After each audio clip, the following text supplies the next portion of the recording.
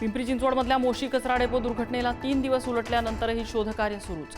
आतापर्यंत 14 जणांना बाहेर काढण्यात यश, 6 जणांचा मृत्यू, अजूनही 3 जण अडकल्याची माहिती।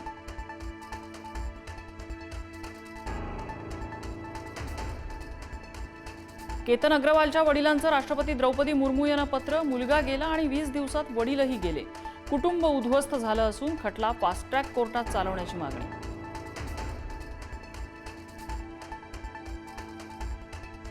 आयकर भरणाऱ्या शेतकऱ्यांना कर्जमाफी मिळणार नाही, कृषी मंत्री दत्तात्रय भरणेंची पुढारी न्यूजला माहिती।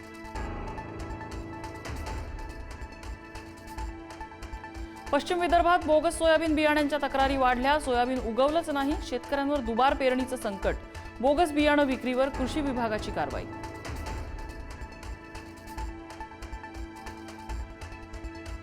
देवेंद्र फडणवीस केंद्रात गेले तर बावनकुळे मुख्यमंत्री होतील, संजय राऊतांचा मोठा दावा, तर फडणवीस स्वतः बावनकुळेंची शिफारस करतील, राऊतांचं विधान। फडणवीस पंतप्रधान झाल्यावर आनंद, राऊतांची प्रतिक्रिया।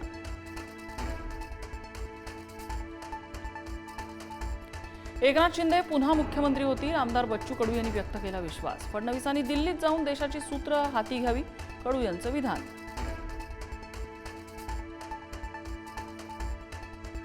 खासदार पार्थ पवार आणि कायनाथ धार लवकरच विवाह बंधनात अडकणार, येत्या 29 जुलैला होणार साखरपुडा, पुण्यात कार्यक्रमाचं आयोजन होणार असल्याची माहिती।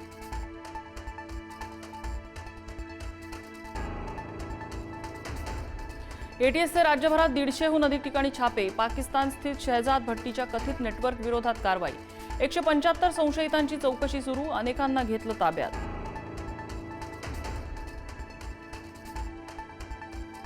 संभाजीनगरमध्ये डॉन बाबा फर्जंदच्या बंगल्यावर पोलिसांचा छापा, बंगल्यात रोकड, दागिने आणि शस्त्र मिळाल्याची माहिती। डॉन फर्जंदच्या निधनानंतर पोलिसांची बंगल्यात छापेमारी।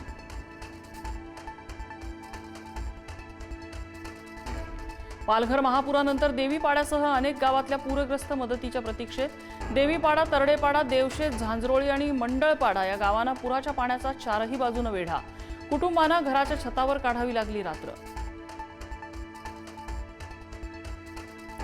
2 दिवसांच्या मुक्कामानंतर ज्ञानेश्वर महाराजांच्या पालखीचं पुण्यातून प्रस्थान, दिवे घाटातून पालखी सासवडमध्ये, माऊलींच्या पालखीचा आज सासवडमध्ये मुक्काम।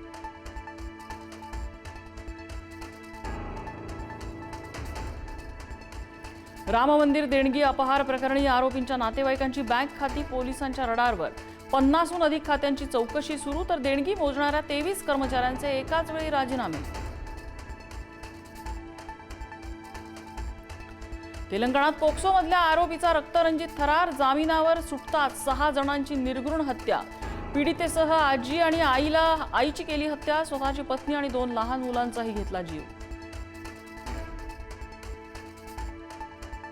एटीएसचे राज्यभरात 150हून अधिक ठिकाणी छापे, पाकिस्तान स्थित शहजाद भट्टीच्या कथित नेटवर्क विरोधात कारवाई, 175 संशयितांची चौकशी सुरू, अनेकांना घेतलं ताब्यात।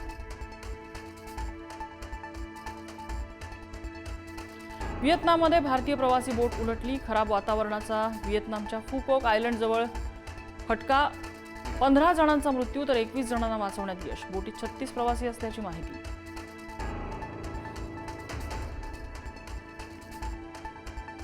दक्षिण चीनमध्ये पुराचा कहर, प्रजनन केंद्रातून 900 साप पिंजऱ्याबाहेर, नागरिकांना सतर्कतेचा इशारा।